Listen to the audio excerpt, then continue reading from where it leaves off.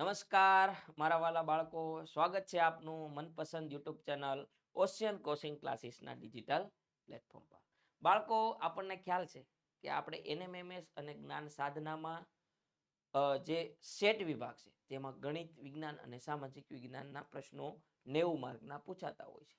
તો એમાં આપણે ગણિત વિભાગને સંપૂર્ણ રીતે ખૂબ સારી રીતે એનાલિસિસ કર્યો છે અને આપણે વિજ્ઞાન વિભાગને આપણે શરૂ કર્યો છે. એમાં આપણે પાઠ 44 સુધી આપણે પહોંચી ચૂક્યા છે અને 861 થી 880 નું આજે આપણે સંપૂર્ણ સોલ્યુશન કરવાનું છે પ્રાણીઓ અને વનસ્પતિઓના વહનના પ્રશ્નોના. બાળકો, આગળના વિડીયો જો તમે ગણિતના ના જોયા હોય તો એ બધા જ વિડીયો પ્લેલિસ્ટમાં છે. પરીક્ષા હવે નજીક આવી રહી છે. ભરપૂર ધમાકેદાર મહેનત કરો, ભરપૂર પ્રેક્ટિસ કરો. Practice make main perfect. જો પ્રેક્ટિસ કરેલો જે માણસ હોય ને તો એ વિજેતા જરૂર બને છે. એક ખેલાડી છે મહાન, અને એને કીધું છે હું એ વ્યક્તિથી નથી બીતો કે જેને 1000 ફૂટબોલની પ્રેક્ટિસ કરી હોય, પણ હું એ વ્યક્તિથી બીવ છું જેને એક ફૂટબોલની પ્રેક્ટિસ 1000 વખત કરી છે. એટલે એને ખબર છે કે એક ફૂટબોલની પ્રેક્ટિસ જો 1000 વખત કરી છે તો એ મારી જ દેશે. એટલે બાળકો, તમે એકના એક દાખલા ધરાઈને પ્રેક્ટિસ કરો. તમે ગણિતના એટલે જ આપણે વિભાગ પહેલા પૂરો કર્યો છે, કારણ કે ગણિત સમય માંગતું હોય છે. વિજ્ઞાન ને એ બધું તો તમે ફટાફટ એકવાર વિડીયો જોઈને વાંચી જાઓ તો ચાલે, પણ ગણિતની અંદર પ્રેક્ટિસ માંગતો હોય છે. એટલે જ આપણે એ વિભાગને પહેલા કમ્પ્લીટ કરી દીધેલો છે. અને બાળકો, તમારા માટે પેપર પણ ફર્સ્ટ ક્લાસ તૈયાર થઈ ગયું છે.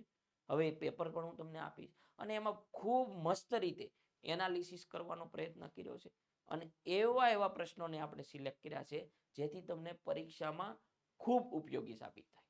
બાળકો, આપણે પીએસસી જે એક્ઝામ ગઈ 29 તારીખ, એમાં આપણે એક પેપર લીધેલું. એ પેપરમાંથી બાળકો 25 પ્રશ્નો પૂછાયેલા હતા. બોલો. અને બીજા અલ્ટરનેટ પ્રશ્નો કે જે મેં કીધા હોય, માની લો મેં એક બાળકને એમાં પ્રશ્ન હતો દિવાળીનો, તો મેં કીધું હતું કે દિવાળીનો ગુજરાતી તિથિ પ્રમાણે પણ તમે પાકું કરો. તો એમાં પ્રશ્ન પૂછાઈ ગયો કે ગરબા કઈ તિથિ પ્રમાણે આવે છે. બરોબર? એટલે આવા પ્રશ્નોનું એનાલિસિસ ખૂબ કામ લાગતું હોય છે. પેપર સેટર શું વિચારે છે, બાળકોનું લેવલ કયું છે, શું જરૂરિયાત છે, આ બધા પ્રશ્નોનું એનાલિસિસ આપણે કરતા હોઈએ છીએ. બાળકો, હવે આપણે આ જે પોર્શન છે એની તરફ આગળ ચાલીએ. બધા જ પ્રશ્નો તમે ભણી ચૂક્યા છો, તમારે પણ રિવિઝન થશે. સાથે સાથે કોમેન્ટ બોક્સમાં તમારે મને પ્રશ્નનો જવાબ આપતો જવાનો છે. 861 કે તમામ સજીવોને પોતાનું જીવન ટકાવી રાખવા શાની જરૂર છે? મસ્ત આઈએમપી છે, શરૂઆતથી જ આઈએમપી. અને હું આઈએમપી એટલા માટે આપું છું જેની ઉપર તમારું ફોકસ વધારે પડે. બધા પ્રશ્નો અગત્યના જ છે, પણ આઈએમપી એટલા માટે કરાવું તમારું ફોકસ પડે. તો કે ભાઈ ઓક્સિજન, તો કે હા, માણસ ઓક્સિજન ના લે તો ના જીવી શકે, કારણ કે પૃથ્વી ઉપર ઓક્સિજન છે એટલે જ જીવન સૃષ્ટિ ટકેલી છે. બીજા ગ્રહ ઉપર ઓક્સિજન નથી. મંગળ, શુક્ર બધે ઓક્સિજન નથી, પણ અહીંયા ઓક્સિજન છે એટલે જ આપણે જીવી શકીએ છીએ. ખોરાક, માણસને પોતાનું જીવન, સજીવને કોઈ પણ સજીવ હોય પોતાનું જીવન ટકાવી રાખો, ખોરાક ખાવો પડે. ખોરાક ખાય એનું પાચન થાય, નવી શક્તિ મળે. વનસ્પતિ હોય તો એને ખોરાક કરવો પડે, પ્રાણી સૃષ્ટિ હોય તો એને પણ ખોરાક કરવો પડે, એટલે એ પણ જરૂરી છે. અને પાણી, પાણી વગર તો ચાલવાનું નથી, કારણ કે પાણીમાં હાઇડ્રોજન તત્વો હોય, ઓક્સિજન તત્વો હોય, બધું જ હોય. એટલે પાણી બી છે. અને પૃથ્વી જેવો ગ્રહ છે કે જ્યાં પાણી પણ છે. બીજા ગ્રહ ઉપર પાણી જ નથી, અને આપણે પાણી છે એટલે ટકેલા છે. એટલે 3 વસ્તુની બાળકો શું છે, જરૂરિયાત છે આપેલા તમામ, કે આ સજીવો આપણે ટકી શકીએ છીએ આ 3 વસ્તુઓના આધારે. ખાસ બાળકો, તમને જેટલા પણ મેં પ્રશ્ન કરાવ્યા છે ને એની એક ફર્સ્ટ ક્લાસ નોટ બનાવજો, કારણ કે નોટ બનાવશો તો રિવિઝન કરવામાં તમને સહેલું રહેશે.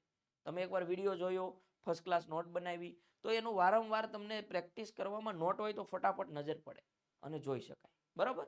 એટલે ખાસ તમારી નોટમાં નોટ કરતા જજો. હું ફેફસામાંથી ઓક્સિજનને શરીરના કોષો સુધી લઈ જાઉં છું, તો કહો કોણ? તો એના માટે કોણ છે? તો કે ભાઈ રુધિર. રુધિર છે એ એક જગ્યાએથી ફેફસાનું વહન બીજા ભાગો શરીરના કોષો સુધી પહોંચાડવાનું કામ કરે છે. 863, મારી દિવાલ પાતળી છે અને હું રુધિરને માત્ર હૃદય તરફની દિશામાં જવા દઉં છું. રુધિર જે આપણું શરીર હોય એના હૃદય તરફની દિશામાં જવા દઉં છું, તો હું કોણ છું? ભણવામાં આવી ગયો છે. મારો જે એકવાર કોમેન્ટ આપો તમે. શું આવશે બાળકો? શીરા. શીરા એવી વસ્તુ છે બાળકો જે હૃદયને જે લોહી હોય એ હૃદય સુધી પહોંચાડવાનું કામ કરે છે. હૃદયના નીચેના બે ખંડો તરીકે ઓળખવામાં આવે છે. કોમેન્ટ બોક્સમાં બધા જ પ્રશ્નનો જવાબ આપવાનો છે. તમારું રિવિઝન પાવરફુલ થશે. તમે 7મા ધોરણમાં કેવું ભણ્યા, કેટલું ભણ્યા, એ બધું જ તમને જાણવા મળશે. તમને રિવિઝન થશે, રિકોલ થશે. આપણું માઇન્ડ છે ને બહુ શાર્પ છે. તમે જોજો શાંતિથી બેઠા હોય ને તો તમે શાંતિથી બેસી નહીં શકો. તમારા મગજમાં કંઈક ને કંઈક વિચારો ચાલતા જ રહેલા હોય. એટલે મગજને આવી રિકોલ કરવાની પ્રોસેસ કરો કે હું જ્યારે 7મા ધોરણમાં હતો કે હતી કે શું ભણ્યો હતો, શું આવતું, અને આ આવ્યું હતું તો આમાં શું આવતું, વિચારો. સ્ટોપ કરો વિડીયો અને જુઓ અને પ્રશ્નનો જવાબ આપો.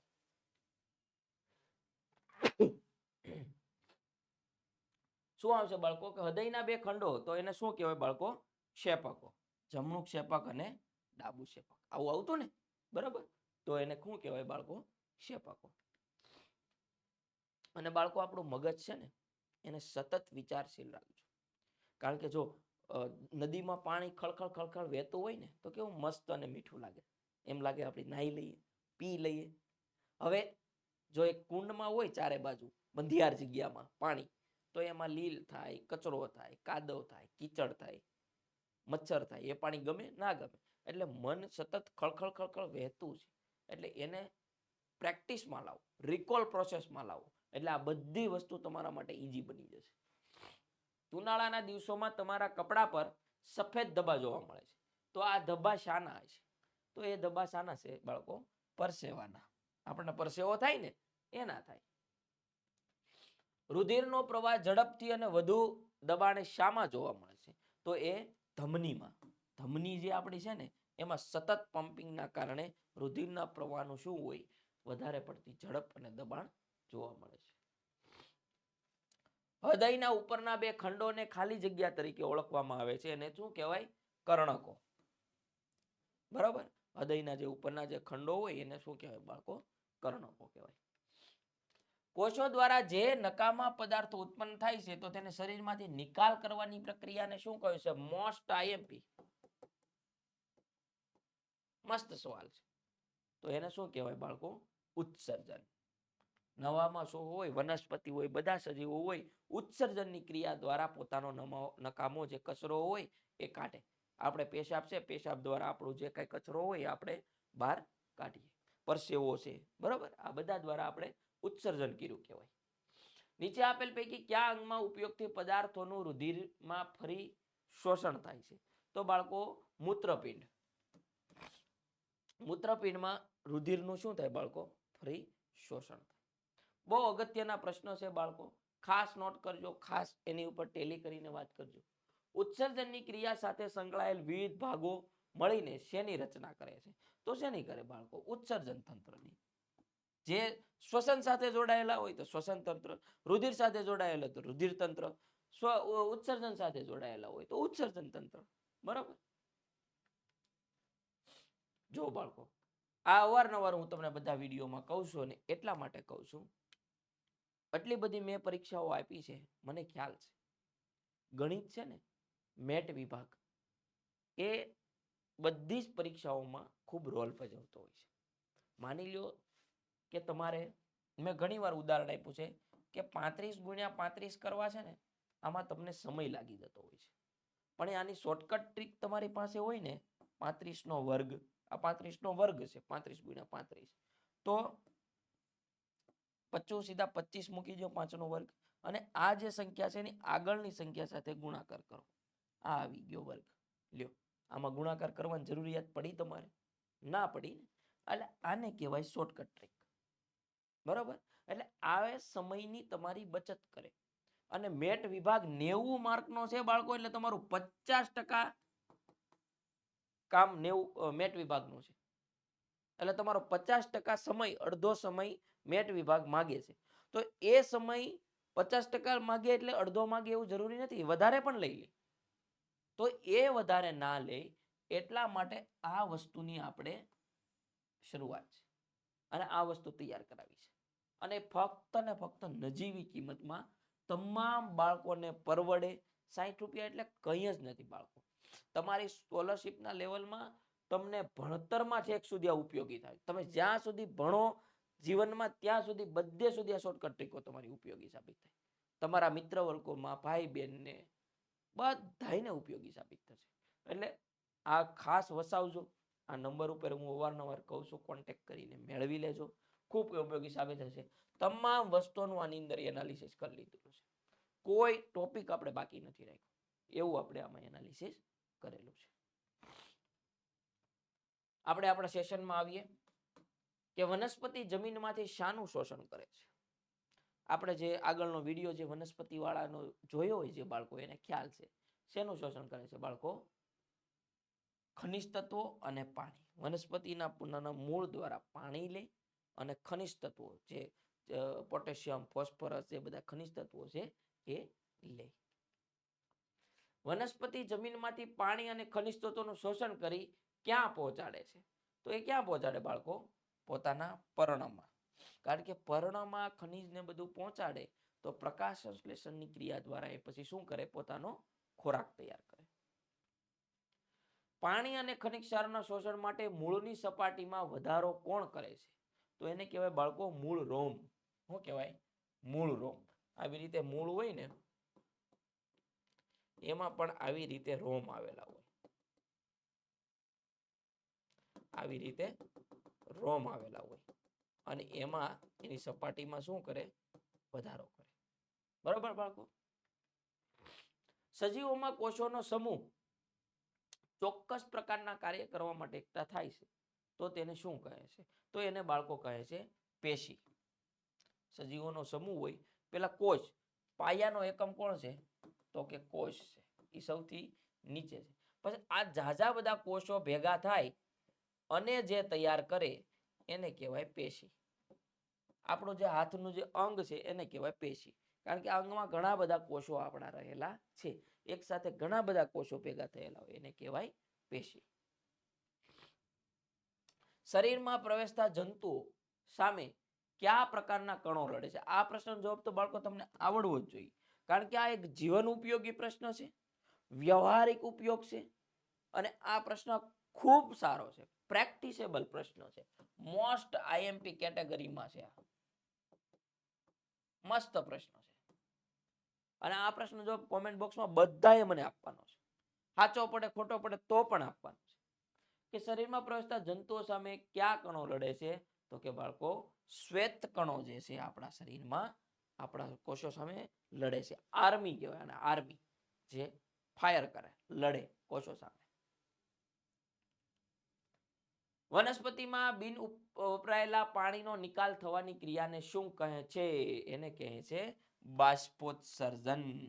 વનસ્પતિમાં બાષ્પોત્સર્જન દ્વારા બિન વપરાયેલા આપણે પરસેવા રૂપે નીકળે એને પર્ણમાં પાન ભેજ સ્વરૂપે નીકળી જાય. વનસ્પતિને ક્યાં રાખવાથી પાણીનું બાષ્પોત્સર્જન ઘટાડી શકાય છે? વનસ્પતિને જો તમે તડકામાં રાખો તો એને ગરમીના કારણે એનું બાષ્પોત્સર્જન જલ્દી થાય. પણ તમે એને સાયડામાં રાખો તો એ બાષ્પોત્સર્જન શું થાય બાળકો? એનું ઘટી જાય. માછલીઓ ઉત્સર્ગમાં શેનો નિકાલ કરે છે? માછલીઓ ઉત્સર્ગમાં એમોનિયાનો નિકાલ કરે છે અને એના દ્વારા જ પોતાના ખોરાકમાં ઉપયોગી પણ કરે છે.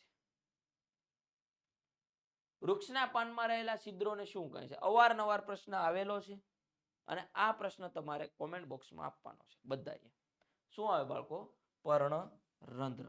પર્ણરંધ્ર હોય જેમાં હરિતદ્રવ્ય હોય અને સૂર્યપ્રકાશની હાજરીમાં એ પોતાનો ખોરાક તૈયાર કરે. 880 બાળકો, લાસ્ટ પ્રશ્ન. સજીવોની મૂળભૂત શ્વસનમાં શું જરૂરી છે? આપો કોમેન્ટ બોક્સમાં જવાબ. સજીવોને કોમેન્ટ બોક્સમાં ઓક્સિજન જરૂરી છે. થેન્ક યુ બાળકો. સજીવોના પ્રશ્નોનું ખૂબ સારી રીતે આપણે એનાલિસિસ કર્યું. બધા જ પ્રશ્નોને વિગતવાર સમજ્યા. વિજ્ઞાનના પ્રશ્નોમાં તમને જ્યાં પણ પ્રશ્ન આવતા હોય એવા જ પ્રશ્નોનું આપણે સિલેક્શન કરી અને આપણે પ્રશ્નોનું એનાલિસિસ કરવાનો પ્રયત્ન કર્યો છે. બાળકો હજી ઘણો સમય છે, પરીક્ષા આવે છે, એ પહેલાં પ્રેક્ટિસ કરશો તો પાસ થજો. આ મારી ટકોર છે તમને. એટલે ગણિતના પ્રશ્નોની પ્રેક્ટિસ કરો. આ બધા જ જે વિડીયો છે એની ધરાઈને પ્રેક્ટિસ કરો, બુકમાં તૈયાર કરતા જાઓ અને આપણું જે પ્રશ્નપત્ર આવવાનું છે એના માટે પણ તૈયાર રહો. પ્રશ્નપત્ર આવે એટલે નોટ પેનને લઈને ફટાફટ કોમેન્ટ બોક્સમાં જવાબ દેતા રહેજો. અને બીજું કે આપણે એવા પ્રશ્નોનું સિલેક્શન કર્યું છે જે તમને ધરાઈને પ્રેક્ટિસમાં ખૂબ ઉપયોગી થાય.